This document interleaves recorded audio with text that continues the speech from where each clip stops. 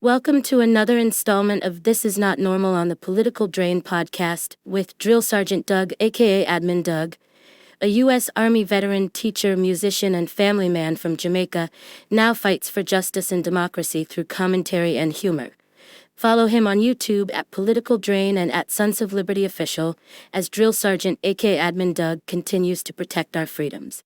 When fascism comes to America, it will be wrapped in the flag and carrying a cross.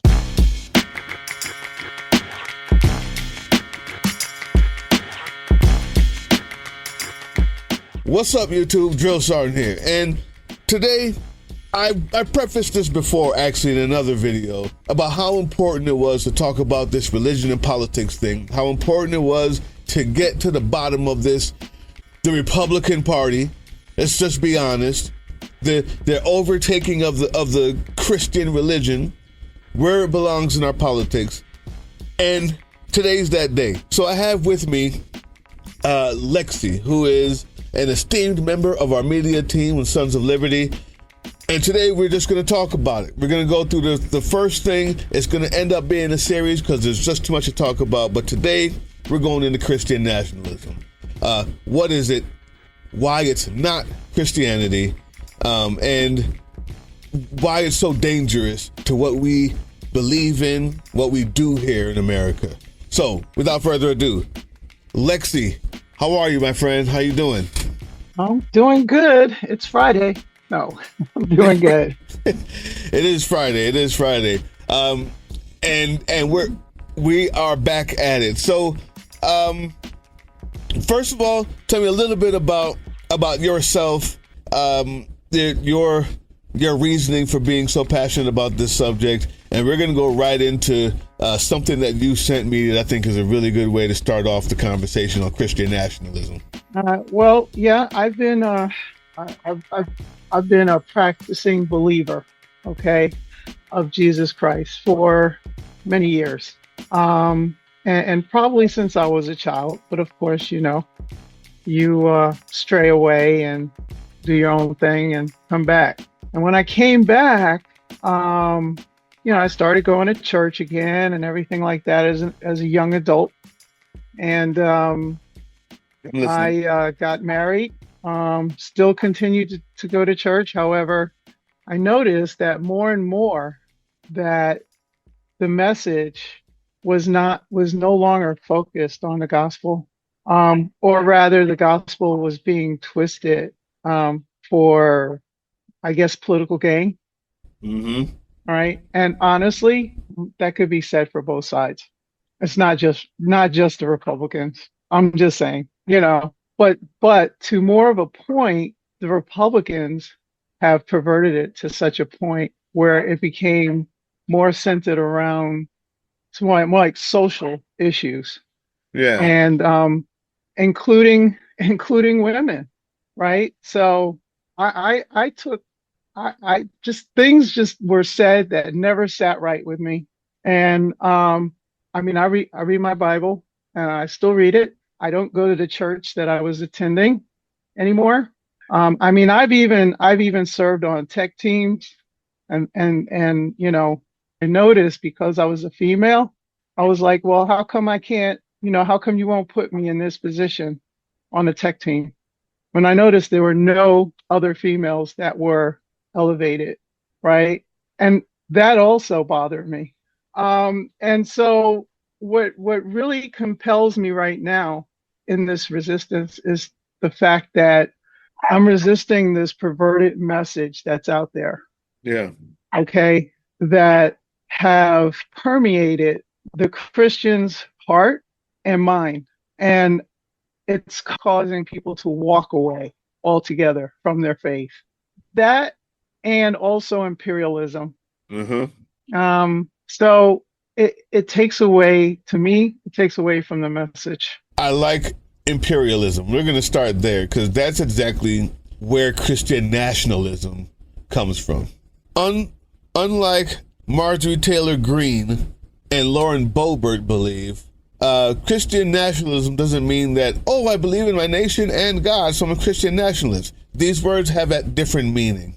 Nationalism on a whole means that you believe that your state, whatever state it is superior to the individual. How that translates is the state can oppress you. That's all it means.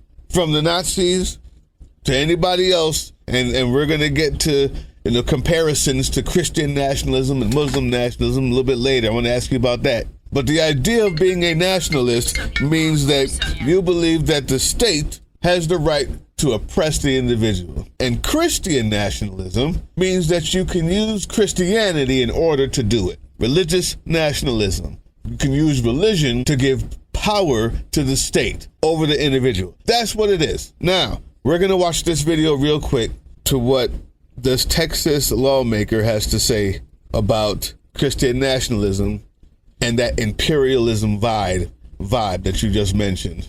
There is a cancer on our religion. Until we confess the sin that is Christian nationalism and exorcise it from our churches, our religion can do a lot more damage than a six-pack of Lone Star. There is nothing Christian about Christian nationalism. It is the worship of power, social power, economic power, political power in the name of Christ. And it is a betrayal of Jesus of Nazareth. He told us we would know them by their fruits. Jesus includes. Christian nationalism excludes. Jesus liberates. Christian nationalism controls. Jesus saves. Christian nationalism kills. Jesus started a universal movement based on mutual love. Christian nationalism is a sectarian movement based on mutual hate. Jesus came to transform the world. Christian nationalism is here to maintain the status quo. They have co-opted the Son of God. They've turned this humble rabbi into a gun-toting, gay-bashing, science-denying, money-loving, fear-mongering fascist. And it is incumbent upon all Christians to confront it and denounce it. Amen. Christian nationalism is on the rise. 2 years ago, Christian nationalists stormed the U.S. Capitol, killing police officers while carrying crosses and signs reading, "Jesus saves." Let's start here. Number one, Christians have to be the one to confront this, right? Mm-hmm. I believe he's right there. I want to know what you have to say about that. Also, I think that the absolute best analogy I could find for Christian nationalism is somebody busting up a window, running into the Capitol as a horde of people causing violence and killing officers, holding a cross and yelling, "Jesus saves." Right. Right? This is the entire reason why we separate church and state. Because you can just use Correct. the religion to do anything. What's your ideas? What's your thought on what he said? And then we'll move on to the next video. Well, no, he's like 100% correct.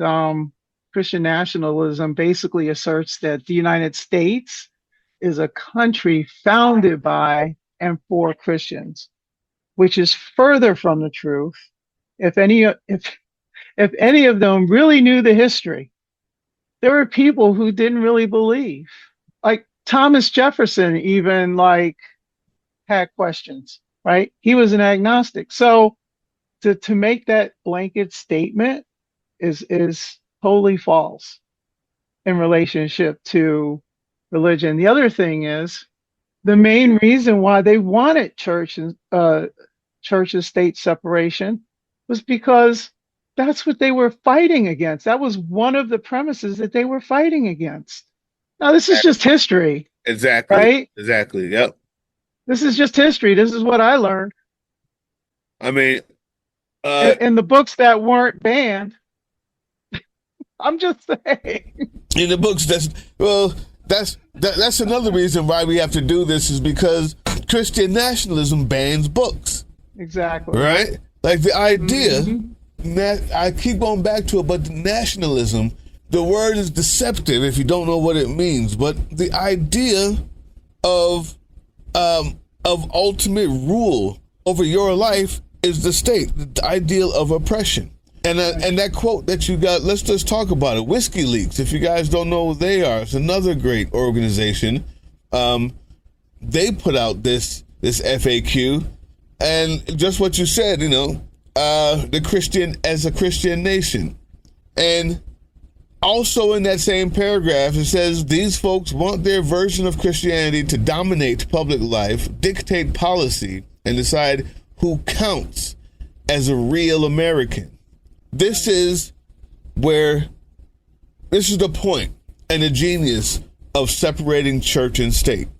And if you really want to know, if you really want a reason why church and state can't come together, besides everything else we've just said, let's talk about the Ten Commandments laws. This is a Christian nationalist wet dream, right? The Ten Commandments should go up in every school, and you hear them say things like, "Oh man, well, maybe the laws that we have are based on these Ten Commandments." My friends, good and decent people of YouTube, nothing could be further from the truth. As a Christian, I can tell you, the Ten Commandments have absolutely nothing to do with our laws, the secular laws of the United States. And thank goodness. Because, first of all, none of us could ever keep it. None of us. None of us could ever keep it. None of us. And more importantly, the Ten Commandments, when viewed by someone who's not a Christian, is oppressive. The Ten Commandments, when viewed by a Christian who's not illuminated, who doesn't have any idea of what it means, the time in which it came from, and why they were written, is oppressive. But for right now, understand that Louisiana has already passed a law putting Ten Commandments in their schools for kids. Texas, Oklahoma, Missouri, Utah, South Carolina, Arkansas, and it says others here, are playing with it or have already passed through one house and going to the other. So in case that doesn't worry you, listen to this, Lexi. First commandment, I am the Lord thy God, thou shalt not have strange gods before me. No, sounds like Christian nationalism has a strange God, because I don't know that God. I don't know that God, but that's the first commandment of the Ten Commandments. Why is that in school? What does that tell the atheist, the Muslim, the Hindu, the Sikh child? Right. They walk into school and the first thing that they see on the wall is, you are other than. Right. You're not allowed here. Well, they also took DEI out of the school. So, there's that. How about this one? Commandment number 2, thou shalt not take the name of the Lord thy God in vain. Oh my God. Like I just did. Where? Tell me. Have you ever seen that in the Constitution, Lexi? Have you ever seen that in any state law? No. Been in the military? Anywhere in the Uniform Code of Military Justice? No. Don't let anybody else tell you that our laws are based on these 10 commandments. The first 2. No. How about law 3? Keep the Sabbath. Keep the Sabbath whole. We're on third one. So the only thing that, and first of all, it's not based on the Ten Commandments, but if there are any biblical principles that have inspired our laws, some of our laws in the Constitution, it would be the treatment of our foreigners, the treatment of, give us your huddled masses, right? Yes. And yes.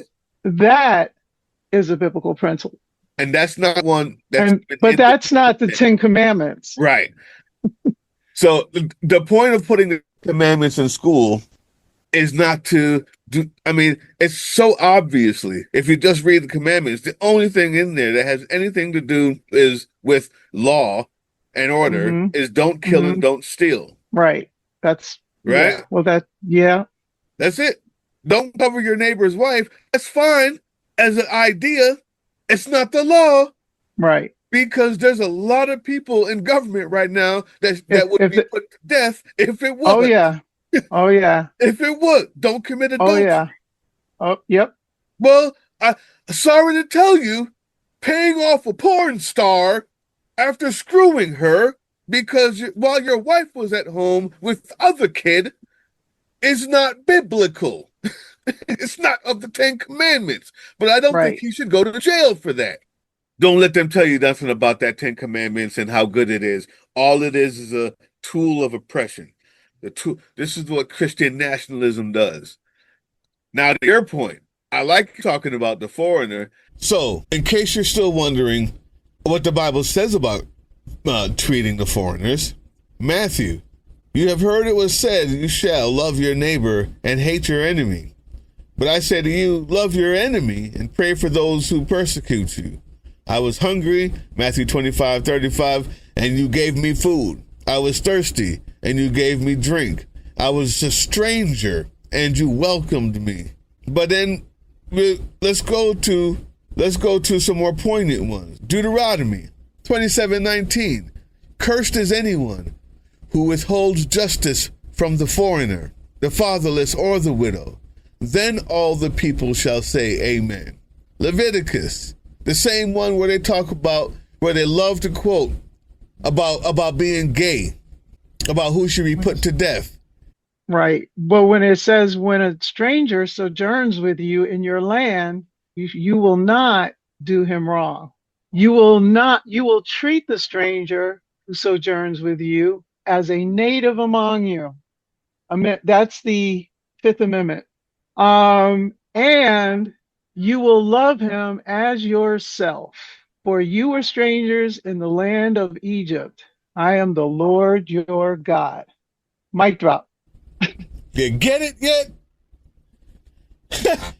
Mic drop. You need, if you're a Christian and you happen to be watching this, which I know I have a few. I just spoke to a pastor in the comment section yesterday. It's our job to remind them what Lexi just read. It's empirical evidence that everything they believe is wrong. And if somebody goes into your pulpit and tells you that it's okay to do otherwise, kick them out. Yeah. Shun them.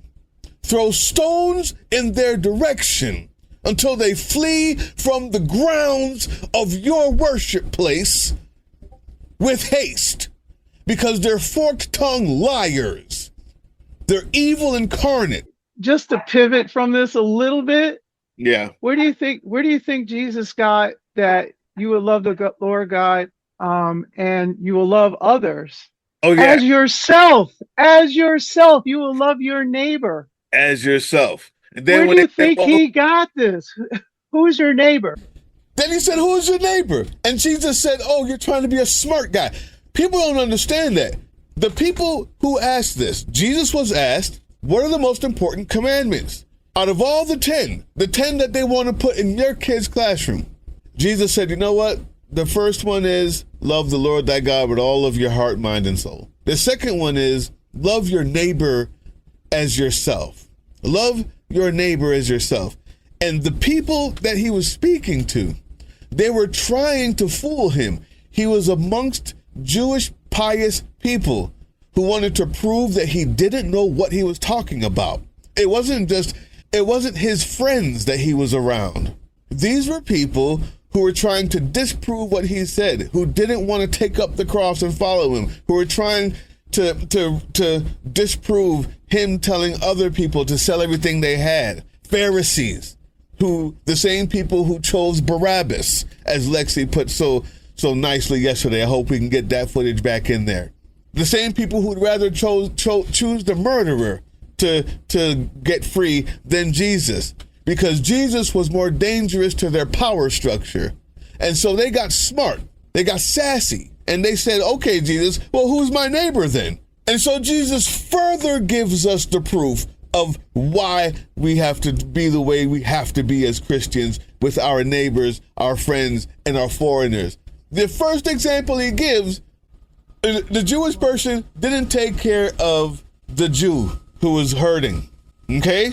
The Jew was robbed, beat up, all his clothes stolen, and as on this road, this is the road that everybody takes to pay taxes. You have to take this road.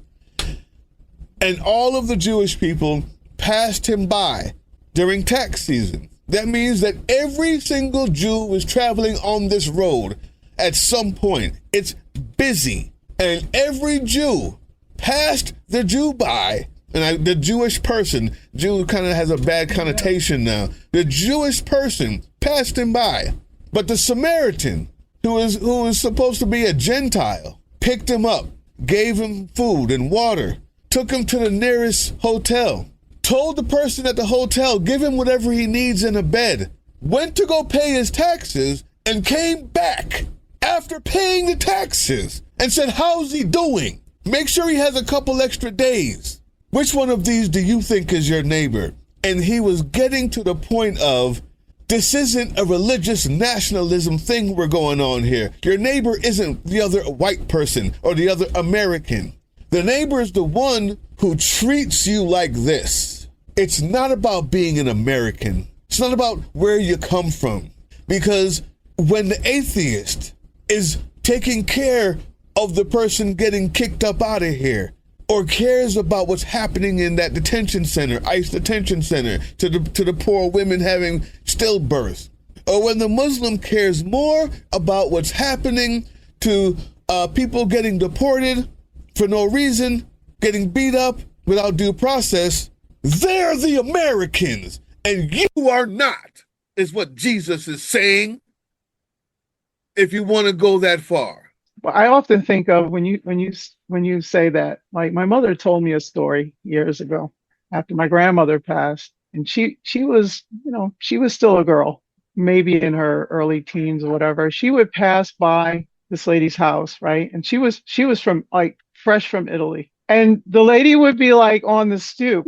People would sit on their stoop or whatever and wave to you, say hi. This woman spoke no English.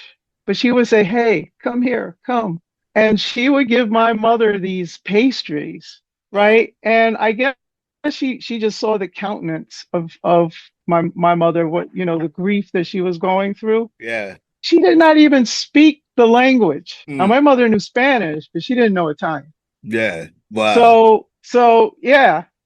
So that there's something so monumental, right, in that action, and that small action to me of empathy and love, which is sorely lacking today.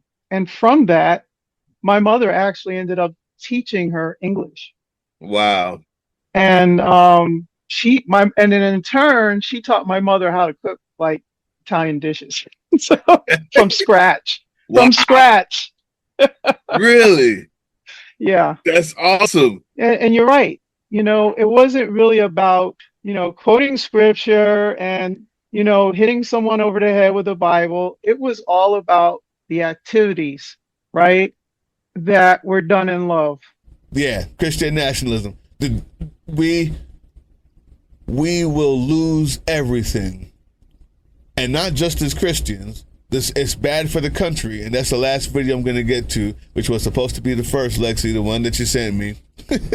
But we ended up going somewhere else. This last video, we will lose everything, the country, if we allow this Christian nationalism, the lie, to infest us, to infect us.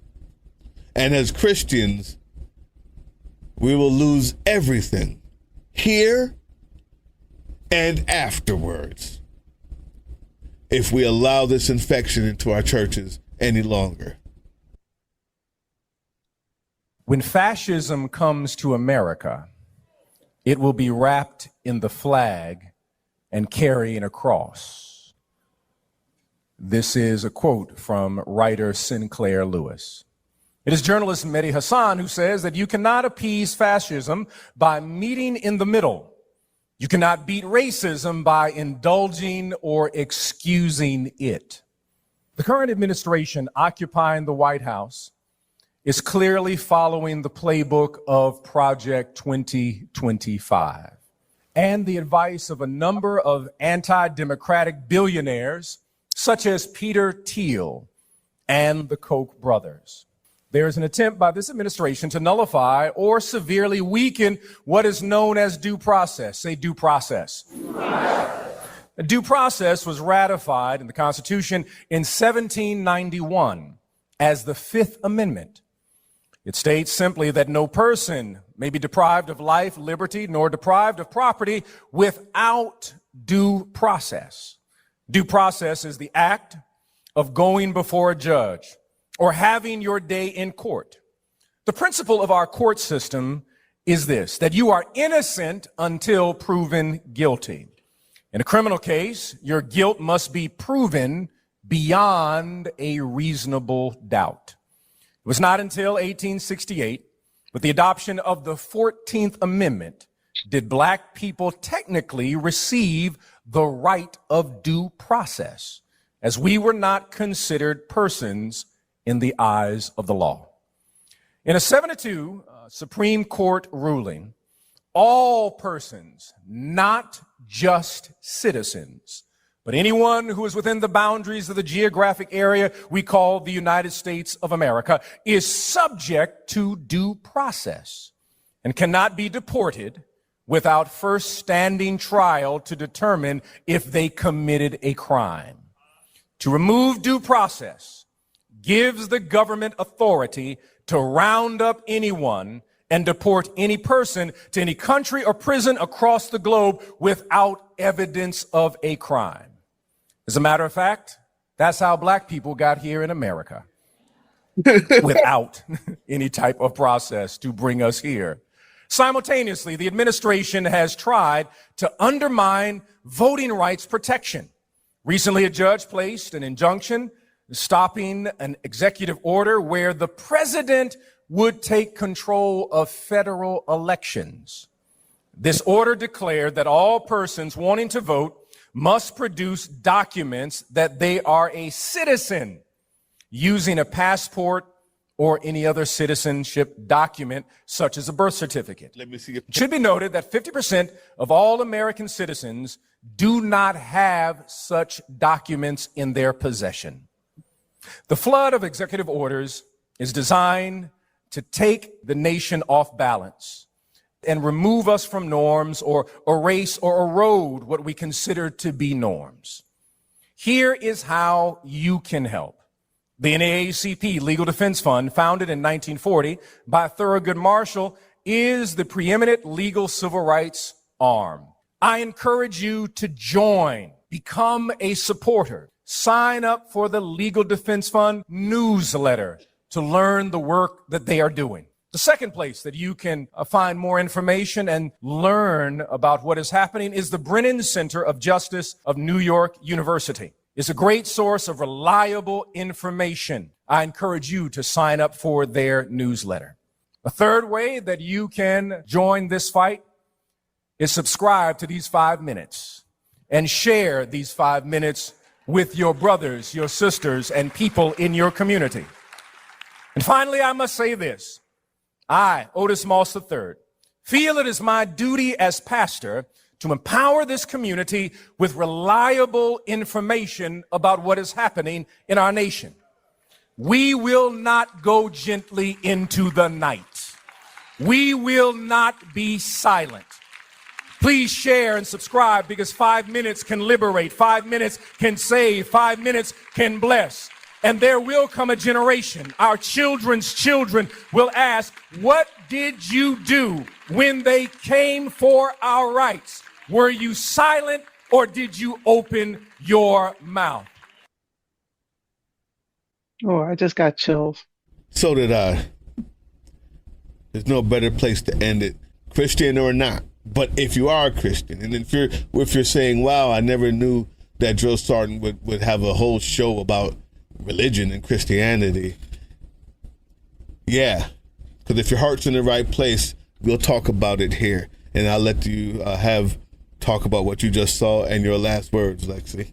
Right. So the reason why that video really resonated with me was because I just, for the past few months, I just can't understand why, and I know there are, well, why more prominent Christians are not speaking truth to power. And when I came across this, and I had heard of him before. I've seen him interviewed on other shows, other podcasts, and I was like, yeah, let me check out his videos. So that's basically it. Is that we need to basically come together. And honestly, it really doesn't matter what you believe. It's more of, what do you understand? You hear about Christians, but I want it to be known that Christianity, first of all, was a made-up word. Mm-hmm. Okay? Because the original church People. were not called Christians. The original church was not a building. Right. Okay? It was a community of people who believed in the way, the truth, and the life. And that's what Jesus said about himself. So, I just want people to understand that that's not what I just said is not Christian nationalism, is opposed to Christian nationalism. Okay. And what I like to promote is empathy. Just unabashedly love your neighbor, right? I love it. And that is, that is something that is not even, that's what turned the world upside down. That's what grew. And I'm using my quote fingers, Christianity. Yeah. True Christianity, not this perverted gospel that they have out there, which is not really good news, by the way. Right. Let the last thing be this. Leviticus 19:33-34. When a stranger sojourns with you in your land, you shall not do him wrong. You shall treat the stranger who sojourns with you as the native among you. And you shall love him as yourself.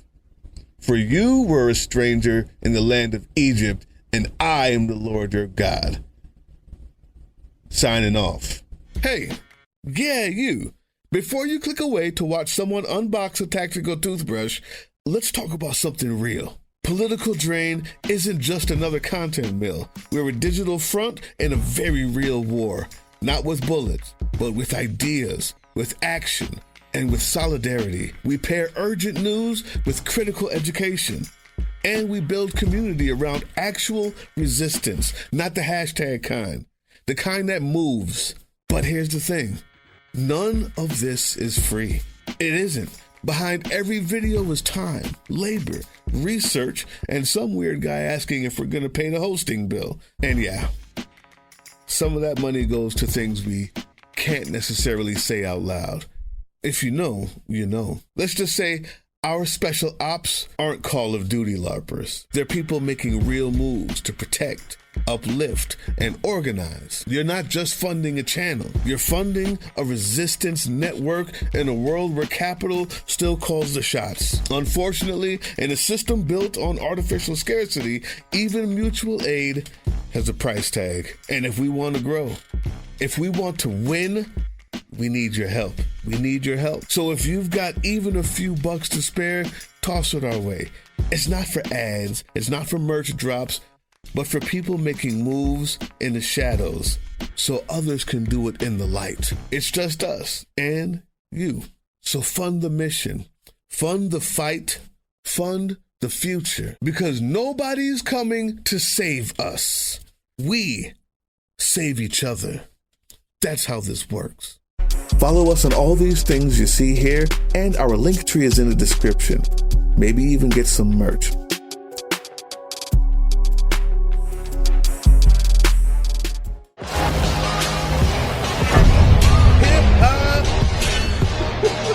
That was the Political Drain podcast, which can be heard on www.groovechillradio.com/political-drain and can be viewed on the Political Drain YouTube channel anytime. Once again, thank you for listening to Groove Chill as we resist fascism in any form, pursue democracy, peace, and love.